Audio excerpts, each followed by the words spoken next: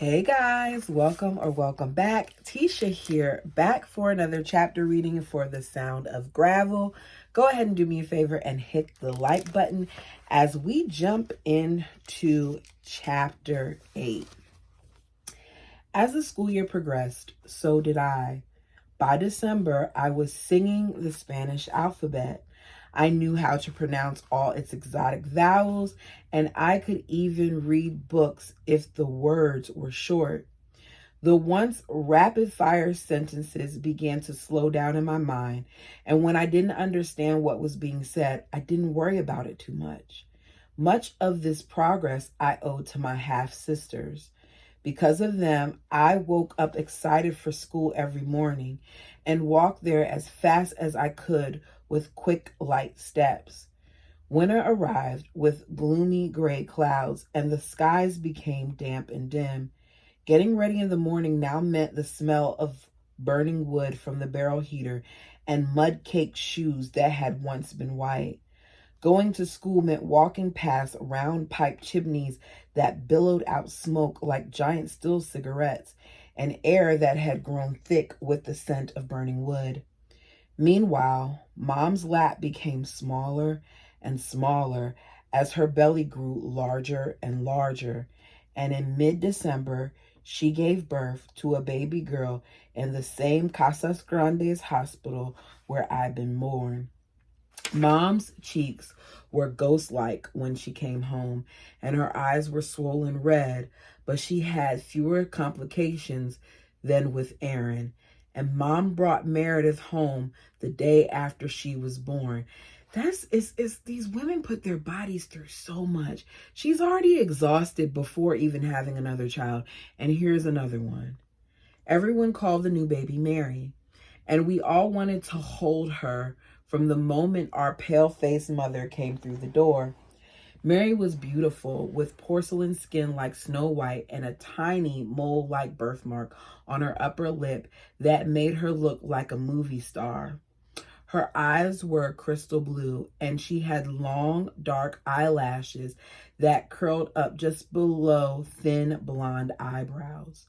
When Mom placed the little bundle that was Mary into my arms, they naturally folded around my sister, whom, from that moment forward, always seemed to rest comfortably in my lap.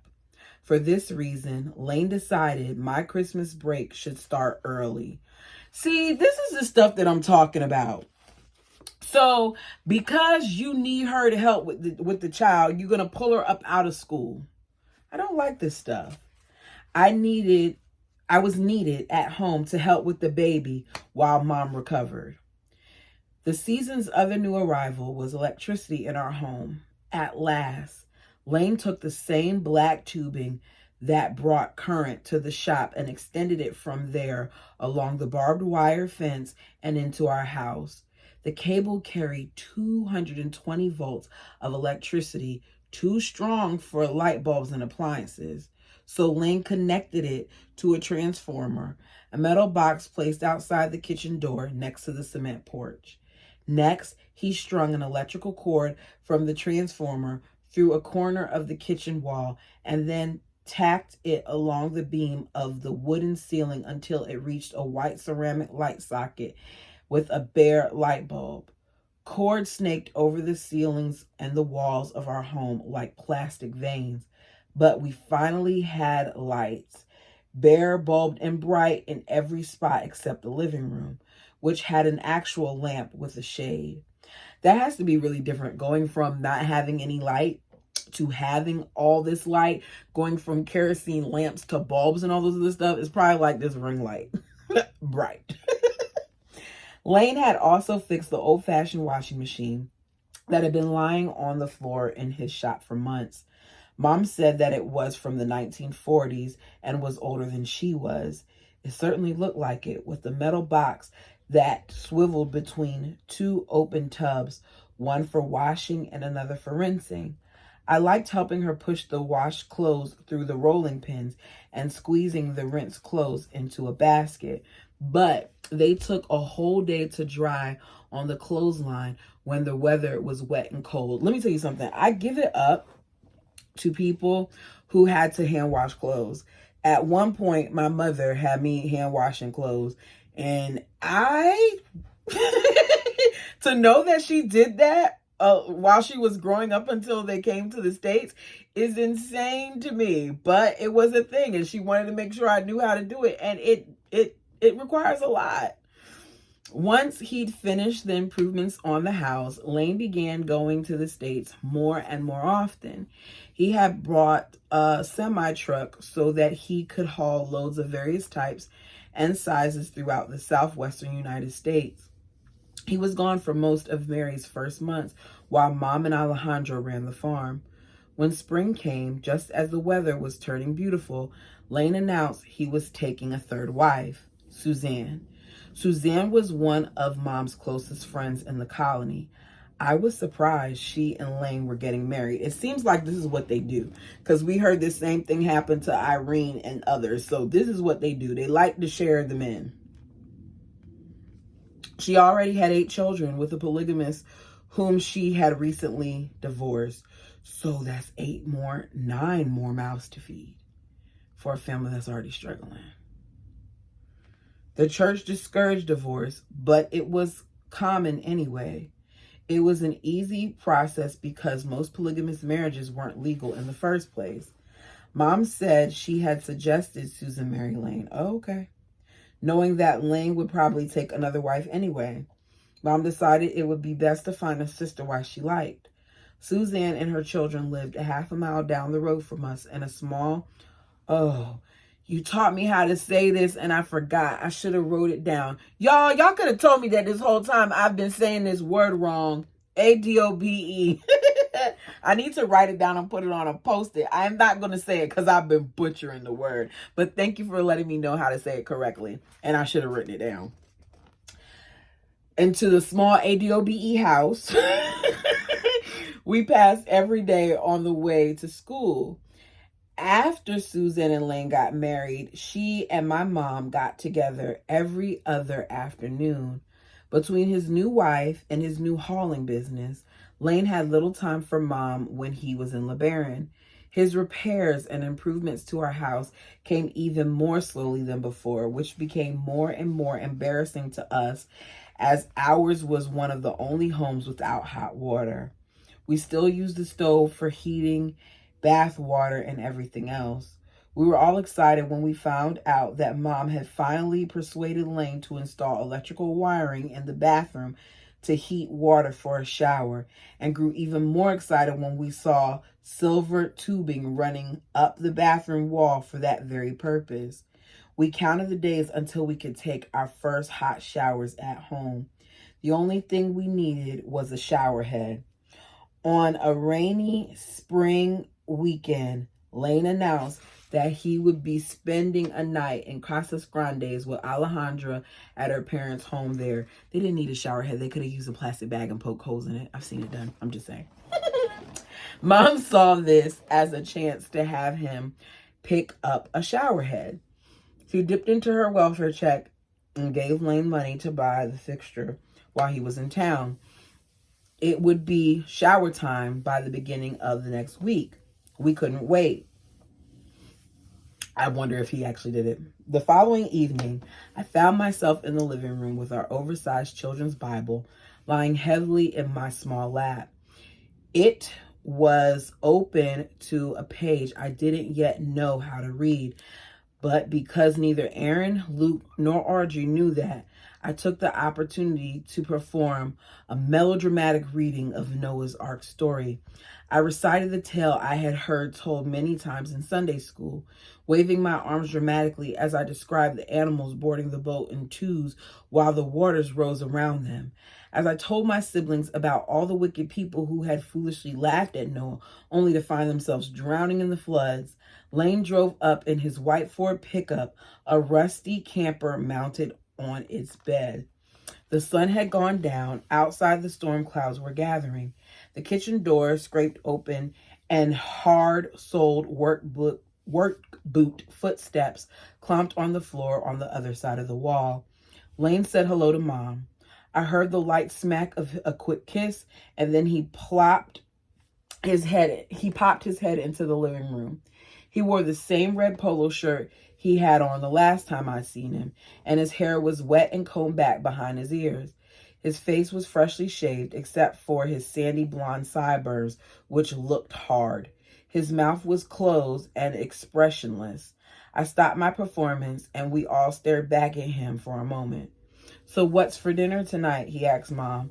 "I haven't decided what to make yet. Where's the shower head?" Silence. "Did you buy it when you were in Casas?" "Well, yeah, I bought it," Lane said. "Perfectly. Matter of fact. But I decided to give it to Alejandra. She wanted one too." She dipped into her welfare check to get this shower head that was supposed to go to her house, that was supposed to go to her kids. And he took the stuff and gave it to the next person who hardly even talks to her. Silence again. Then Mom called for me to help get a bottle ready for the baby. Mary was 4 months old, but had trouble latching onto Mom's breast, so we resorted to feeding her bottles of goat's milk. I slapped the Bible shut over my lap as thunder roared through the dark, cloudy sky, shaking the whole house. We soon heard rain start to fall on the tar and the gravel rooftop. I wonder if that's the sound of gravel. Mom had Mary's head over her shoulder while she bounced the baby lightly and patted her back. She glared at Lynn, who now sat at the kitchen table silently, his arms folded and elbows resting on the table. I could feel the tension between them as I opened the refrigerator, unscrewed the gold lid of the mason jar, and poured the goat's milk into a small saucepan on the stove. "I gave you money to buy me a shower head last Thursday from my welfare check that I saved so we could finally finish the bathroom." I turned to look at Mom as I reached for the red box of matches. She was biting the corner of her lower lip, looking at Lane as if he were a child, like a mother in Jack and the Beanstalk after she discovers that her son traded the cow for beans. Lane sighed. "Hey, Alejandra needs a finished bathroom too." So then she should have used her own money. This is the problem that I have. These guys do these things and then they act like the women don't have a reason to be upset. It's gaslighting at its finest. Like she didn't have a reason to be upset when her kids have been waiting too, and it was her money. Or should I say our money, the United States money. Okay, that's a whole nother thing. Anyway, yeah, let me get off my high horse. Once again, he sighed and said she needs a bathroom too. He said calmly, as if the whole thing might blow over, with just a shrug of his shoulders. "Get me a glass of water, would you?" he asked casually. I turned back to the stove and lit the burner. The smell of butane burst out with a soft hissing sound before blue flames erupted under the saucepan. Out of the corner of my eye, I could tell that Mom hadn't stopped looking at Lane. She hadn't moved to get him a glass of water either. Her mouth was stern, and she was patting Mary's back faster and faster.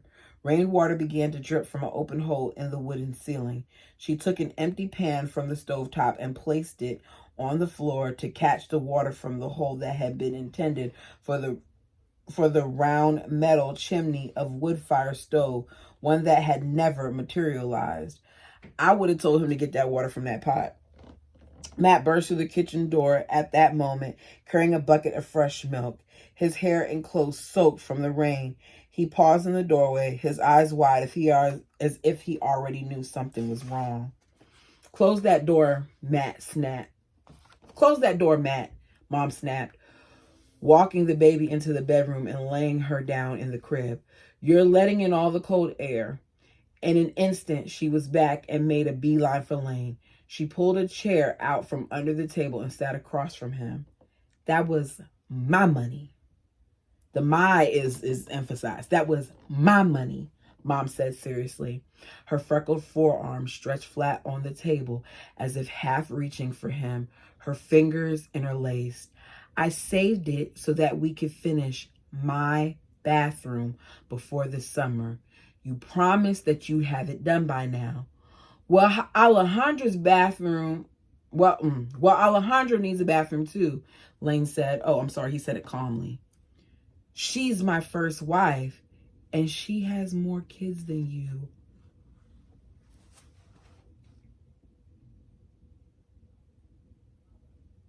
No, he didn't. Oh, shoot, it's raining here.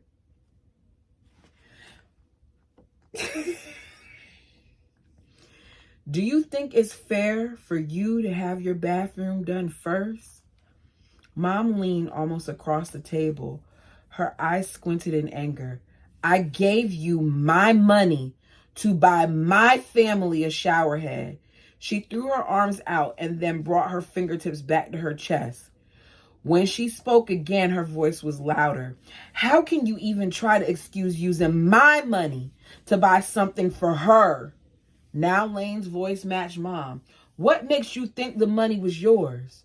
What comes into this family is for everyone to use. I'm the one who decides what to do with our money. Oh, no. They stared at each other, both bodies, across the table. Suddenly, I smelled burnt milk and turned to find it boiling over into blue flames. Mom twisted around in her chair. I turned the stove off and lifted the pan from the burner. But even as I did, I heard the legs of the chair scrape against the floor. Oh, Lord. She about to go off on this child because she's mad at this man. I feel it coming. And I hate when people do that. Mom tore the long black handle out of my grasp with one hand, squeezing hard on the thick part of my upper arm with the other. You stupid kid, she said through her clenched teeth. Can I count on you to do anything right? I felt a pinch on the inside of my arm where her fingertips pressed together. Get away. I'll take care of the bottle. Matt looked at me, his brows raised in sympathy. My eyelids stung with the beginning of tears and my throat hardened. Mom hardly ever yelled at me. I was shocked. She knelt down to the spigot that rose up from the floor, turned over the pot of burnt goat's milk into the drain underneath it, scrubbed it, cleaned it, rinsed it, and refilled it. Aaron walked into the kitchen. He stopped, looked at Mom, then took a seat at the table as if he thought it was dinner time. Why are you making such a big deal about this? Lane said to her. We'll get you a shower head after I get paid for my last load. You're going to get more welfare money. Stop complaining about it. Mom made a sound from somewhere deep inside of her as if she'd been angry a long time. Complain about it? Blotches of red began to appear on her neck and upper chest. That's not the point. That was my money. Money that I saved. Mom took a deep breath, trying to calm herself. Did you even stop to consider how I might feel about this? She asked quietly. Lane cocked his head and stood up. It's not your money, and you don't have any reason to feel bad about this. You're overreacting. His palms rested on the table, but now he glared at Mom. Like I already told you, the money that comes into this family is for everyone in this family. I couldn't do it. He would have been totally my house. He pressed his grease-stained index finger into the table so hard the entire table shook. I decide what happens to it. Now Lane's teeth were clenched too. Now you need to shut up about it, or I'm going to take my belt off to you. What? Oh, so he hits women too, on top of the other stuff he does. But Irene was trying to make this man seem like he was good. Really?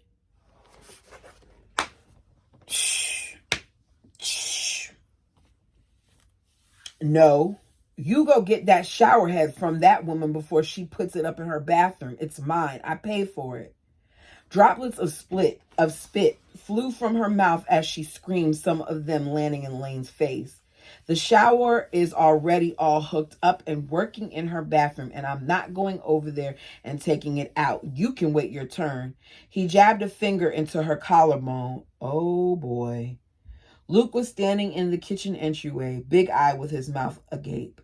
I could hear Audrey, too, still sitting in the living room now, moaning and rocking faster than ever before. Audrey, this is when I need you to go. I shouldn't say that, but Audrey, this is when I need you to go and attack somebody. You want to attack somebody, go attack Lane. Attack Lane for being abusive towards your mother. Is she right for fussing? Maybe not, but I don't care because, because he's wrong. The base of the chair slammed against the living room wall again and again and again. All I heard after that was screaming. Mom was yelling at Lane and he yelled right back at her. She slapped his finger away from her chest and then, without warning, threw Mary's warm bottle of milk at him. Oh, she got some spunk. We all watched it bounce off his shoulder and land on the table, then roll onto the floor where the nipple exploded, splattering milk all over the entire kitchen, even the stove and the fridge. Thunder continued to roar above us, and rain dripped into the pan on the floor next to the table. Who do you think you are? Lane bellowed, reaching over and grabbing Mom by the short layers of her hair. He whipped her head toward the floor and twisted her neck sideways. Mom shut her eyes tight and gritted her teeth, desperately reaching for the table so he wouldn't throw her on the floor. She tried to pull his hand away, but he jerked her violently again, pulling her face toward his. How many times do I have to tell you not to backtalk me? As our parents fought, the table shook against Aaron, who raised his arms for me to pick him up. But before I had the chance, Lane slammed Mom's body hard onto the kitchen floor.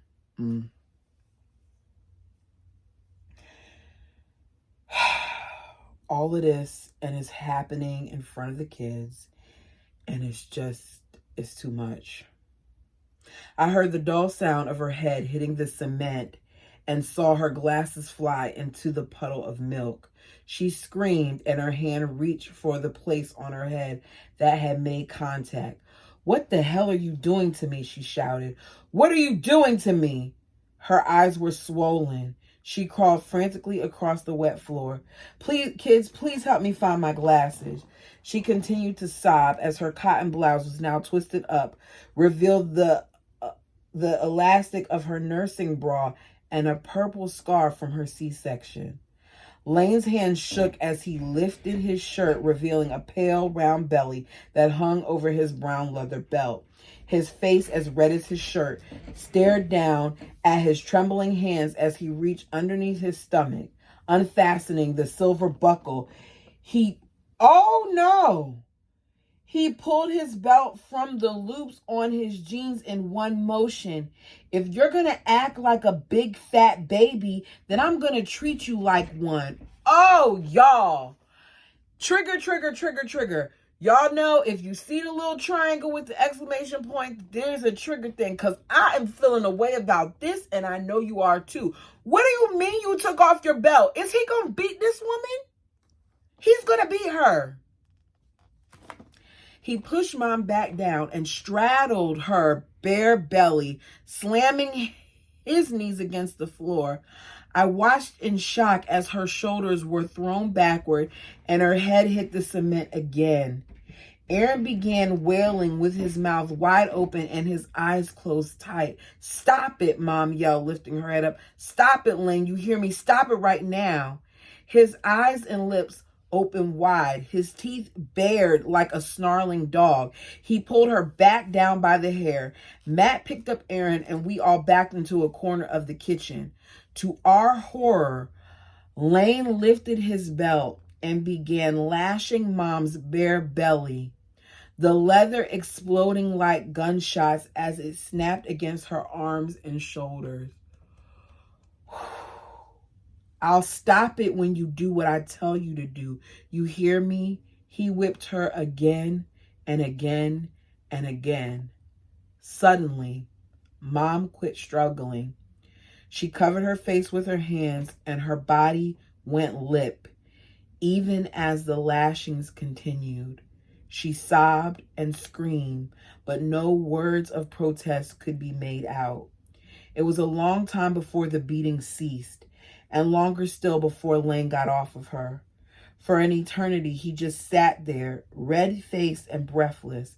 That'll show you who's boss around here. He straightened his knees and stood up straight, still hovering over Mom's motionless belly, as he wiped the sweat from his brow. She kept her face covered and wept loudly, her body shaking from the sobs. Lane put his belt back through the loops in his jeans and looked down at her one final time. You shut up when I tell you to shut up. I gave the shower head to Alejandra, and she's gonna keep it. Get out of here. Get out of here and don't come back, Mom cried out from under her palms. As if to obey her, Lane stepped over Mom's body, walked right past us without so much as a glance, and slammed the door. The dark, wet sky rumbled with thunder while Mom lay on the kitchen floor and wept. The trauma, y'all. We were all still frozen. Aaron's screaming had turned into a sniffle. Audrey's rocking had stopped. The house was quiet except for the sound of Mom crying, the rain falling, and the roof leaking. Finally, she sat up on the floor, looked around, still without her glasses. Mac picked them up, rinsed, and handed them to her. They fit more tightly on her now swollen face. She thanked him weakly and pushed herself up from the floor.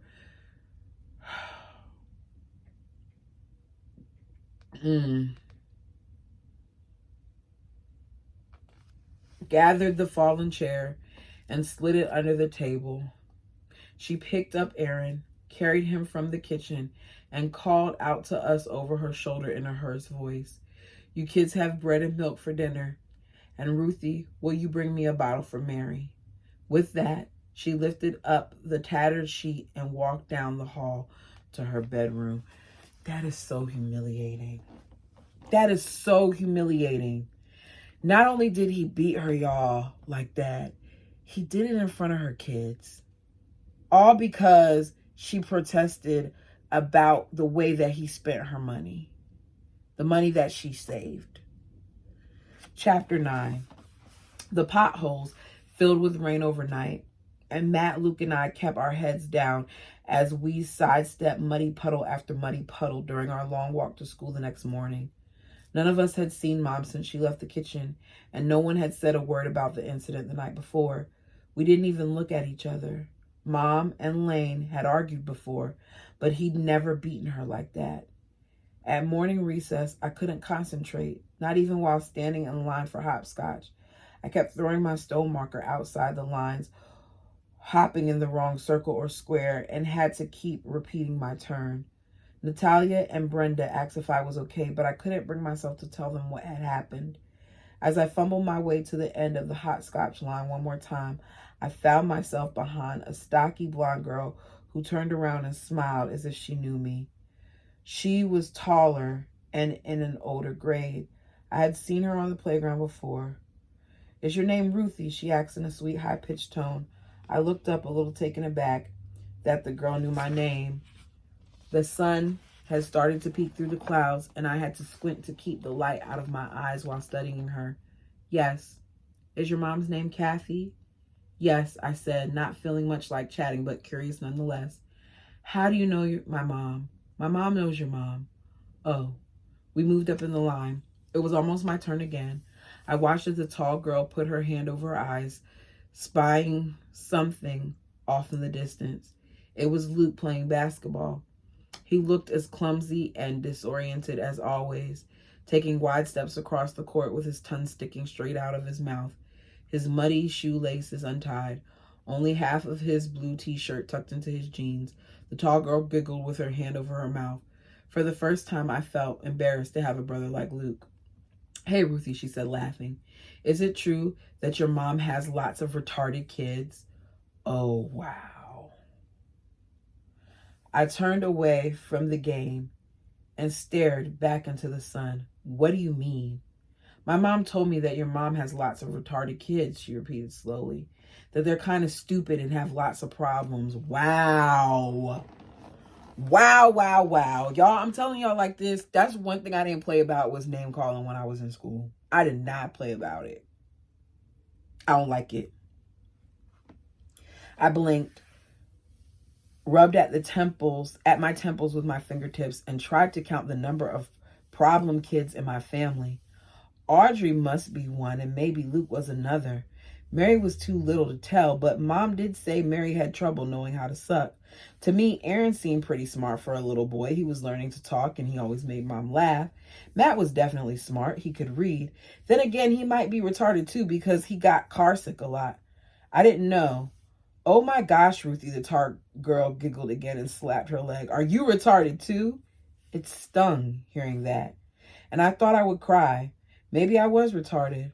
The thought of it terrified me and made me wonder about the times Mom had called me stupid and how everyone seems to understand Spanish except me.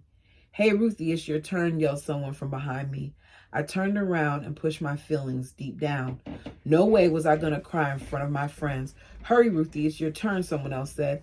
I hopped forward, stepped on the line, and was out right away. The tall, blonde girl laughed at me. I went back to the end of the line and folded my arms across my chest. I didn't want to play anymore.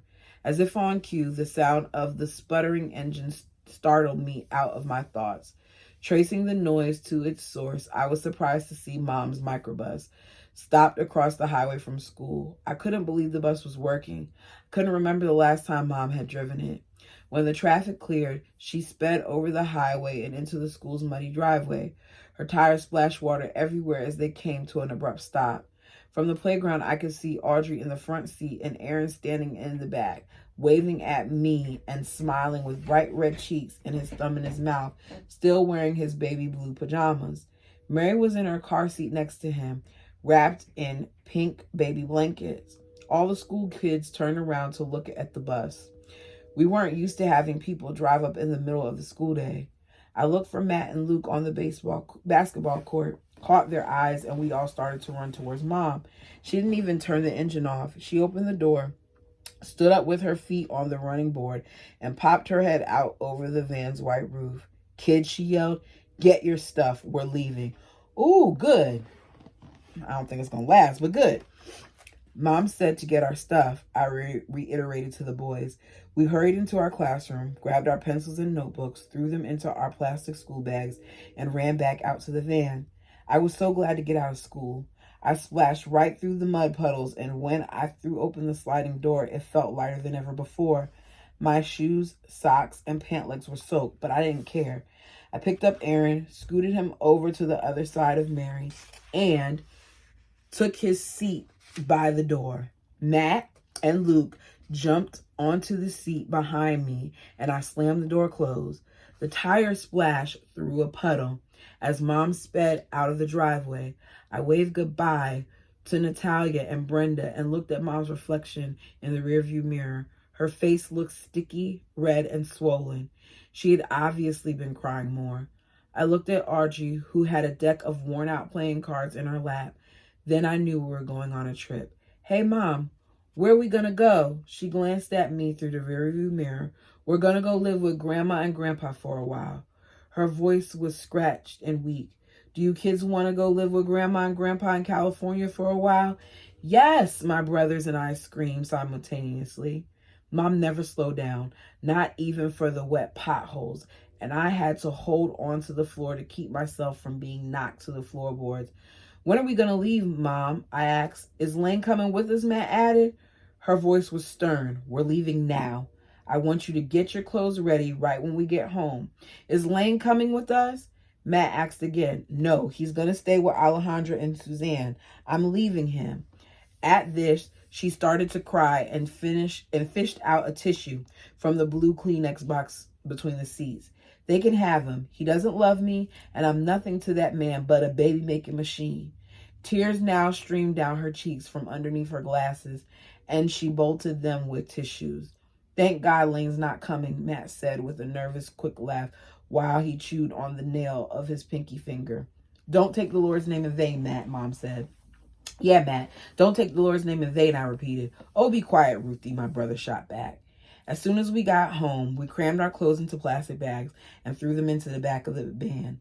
Mom flattened the gray vinyl seats and packed them with quilts so that we could lie down if we wanted. She bolted out of the driveway as if she couldn't get away from that house fast enough, and within a few short minutes, we were on the highway headed for the Texas border. I gave Mary a bottle while I lay on the quilts and looked outside the window. Couldn't stop thinking about how we could get to see my cousins more often. They wouldn't be as far away from Grandma and Grandpa as they were from LeBaron. A rainbow rose from the mesquite field in the distance and split the gray clouds in the sky. I imagine it had been there all morning, but I've been too sad to notice it. Seeing it now, I took it as a sign from God, a sign that everything was going to be okay. Let me see. I got time for one more chapter, y'all. This is going to be part 2 of the book, Babylon. Clockwise from left to right is going to be Luke, Matt, Audrey, Mary is on her mother's lap, Aaron and her. Y'all see? I hope y'all can see, because from my vantage point, you got a reflection. Alrighty, let's go. Chapter 10. Magically delicious. That's how I would later come to think of the time we spent in Strathmore, the tiny Joaquin Valley town where my grandparents lived. Is it that San Quinn? Not sure.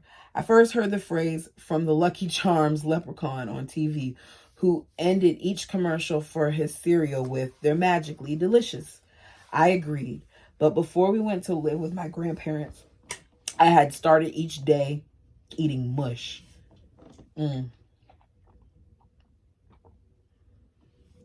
Suddenly, pink hearts, yellow moons, orange stars, and green clover marshmallows were among my oats in the morning. Once we pulled out of LeBaron, Mom drove continuously all that day and night and well into the next morning straight through Texas. That's when you know you upset. When you don't even stop, when you just drive, oh, you hot. New Mexico and Arizona, until at last the microbus was enveloped in San Quinn's thick white fog. Matt and I pressed our faces against the chilly windows, seeing nothing but white as the ebb and flow of the farming smells indicated a succession of rural communities along the 2-lane highway. Here and there, what looked like giant gray robotic chickens would appear. Mom said they were oil derricks pecking at the earth before disappearing into the mist. When we arrived in Strathmore, it felt as if we had dropped into a town in the middle of an orange grove. The air was thick with the scent of sweet orange blossoms. The neat, orderly rows of small rectangular homes looked like Emerald City, and at its center was my grandparents' olive green 3-bedroom house. The manicured lime green front yard had 2 oak trees that framed the house perfectly. Grandma kept a flower bed of orange and yellow marigolds next to the front door, along with neat green shrubs and pink roses under the living room and guest windows. From the first time I saw it, it felt warmed from the inside out. Yeah, I can relate. My grandma did not. One thing about my grandma, she did not play about her yard and her garden at all.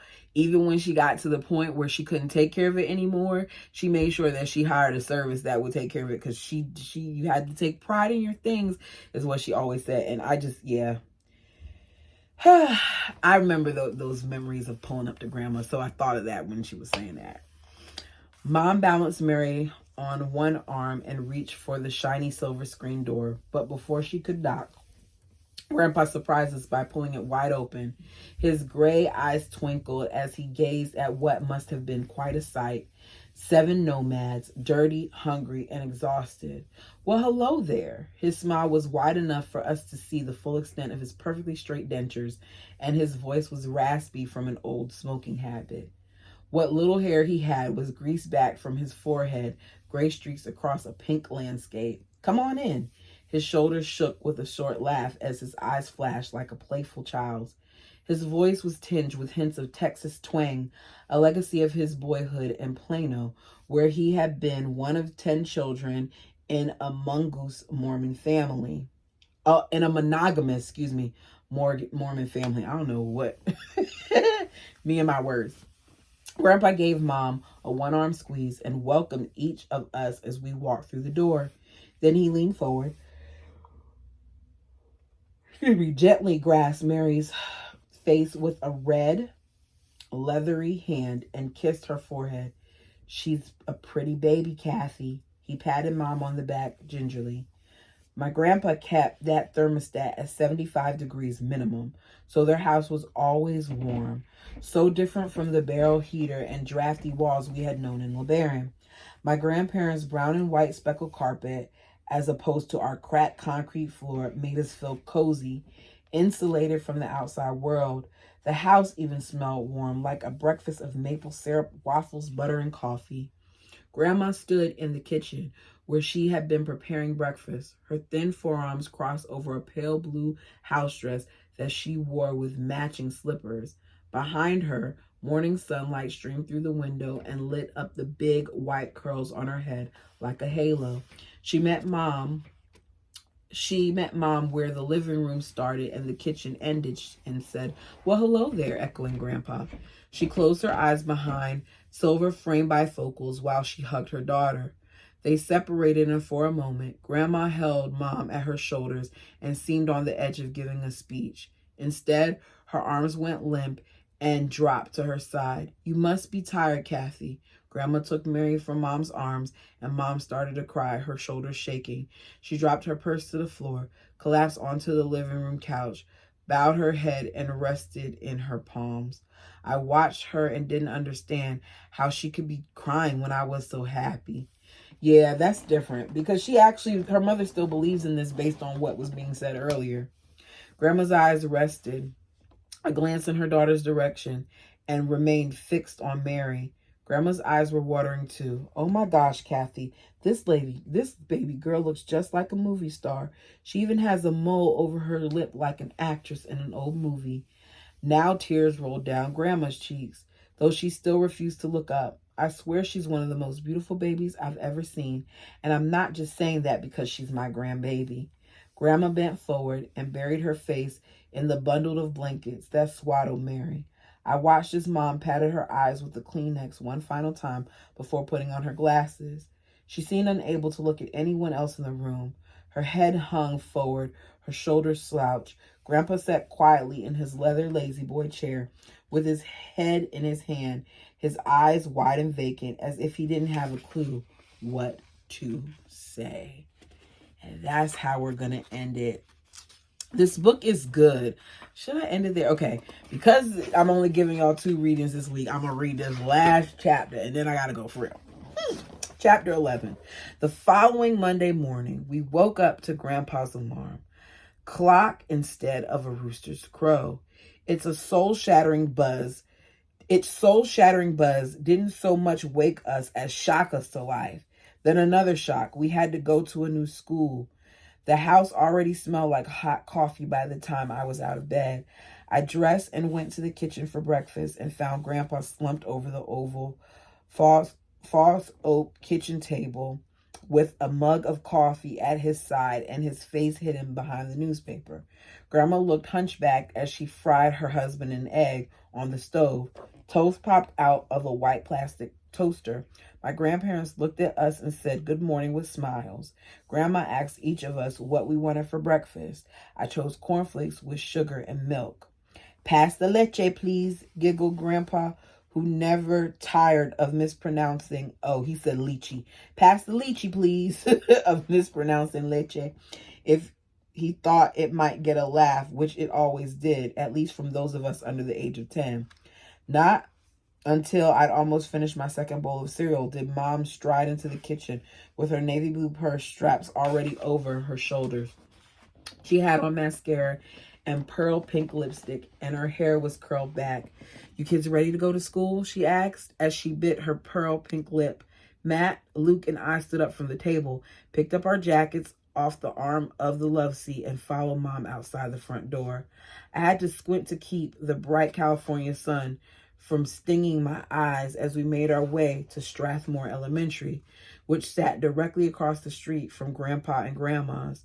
The walk hardly took a minute, but it was long enough to catalog a lifetime of differences between our new home and our house in LeBaron.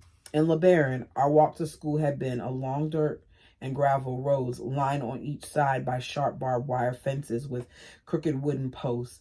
My brothers and I had walked with our heads down as we avoided potholes, kicking stones with the tips of our tennis shoes.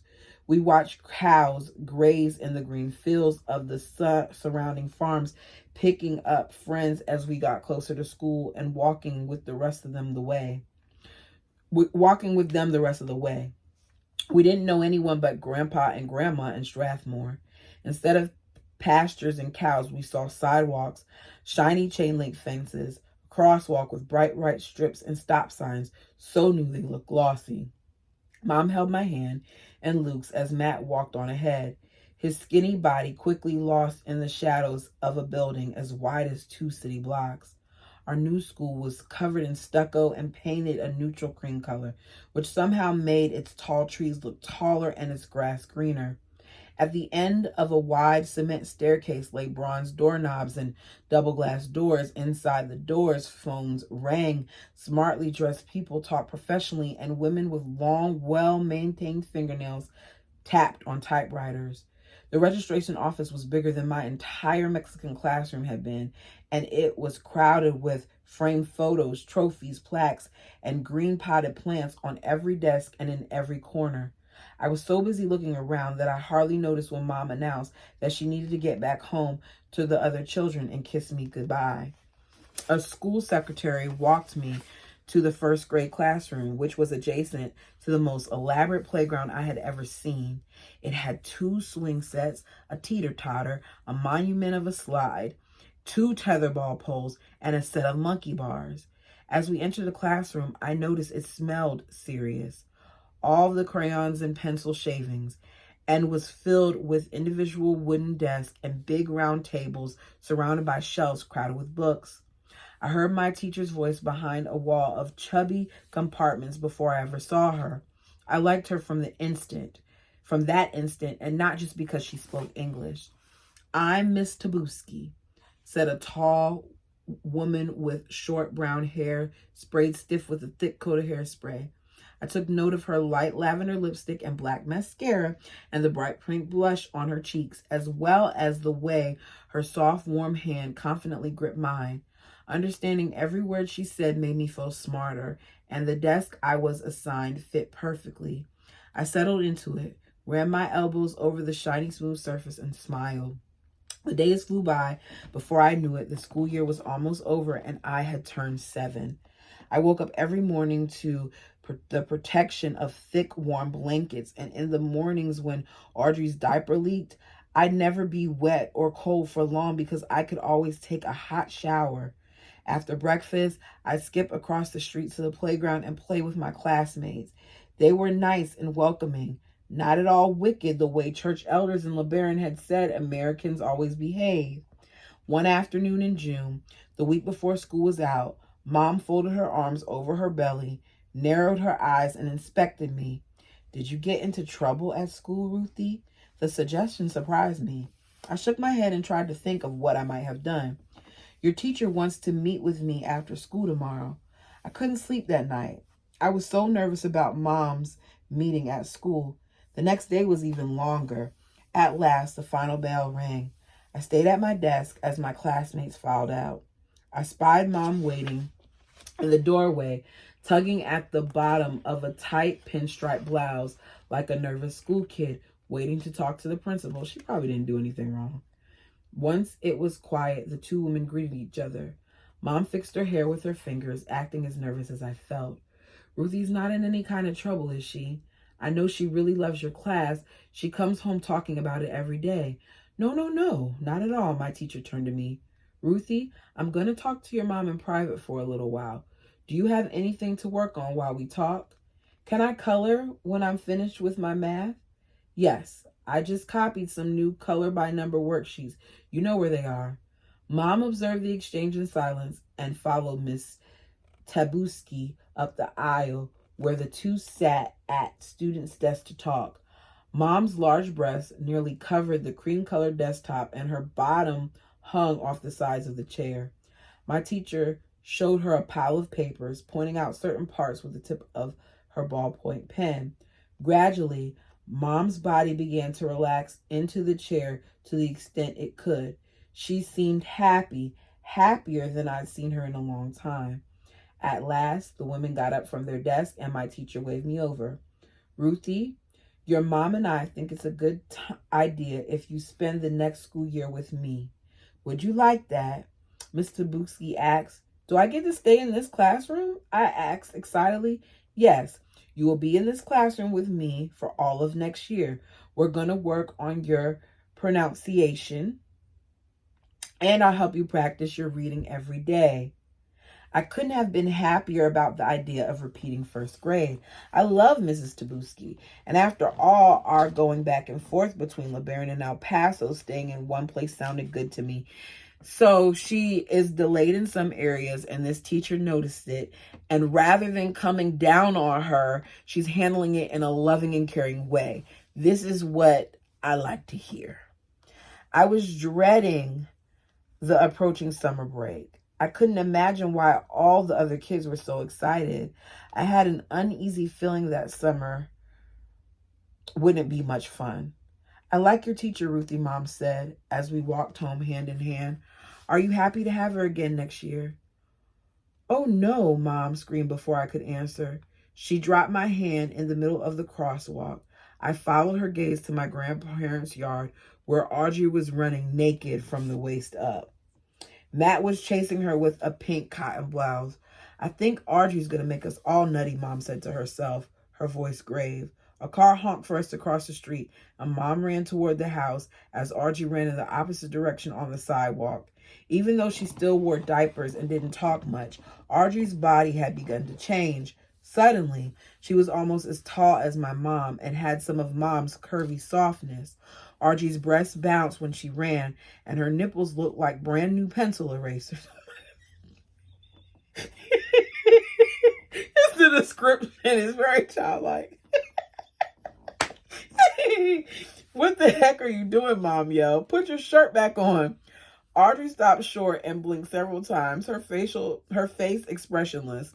I felt frozen when she acted that way, and I didn't know what to do. My instincts told me to keep away from my older sister, and I stayed back at the corner while Mom and Matt approached Audrey from different directions. Mom having snatched a blouse from his hand, even after they had practically tackled Audrey, the shirt barely made it over her head. Lift up your arms, Audrey. We gotta get this shirt on you. Sis, be still.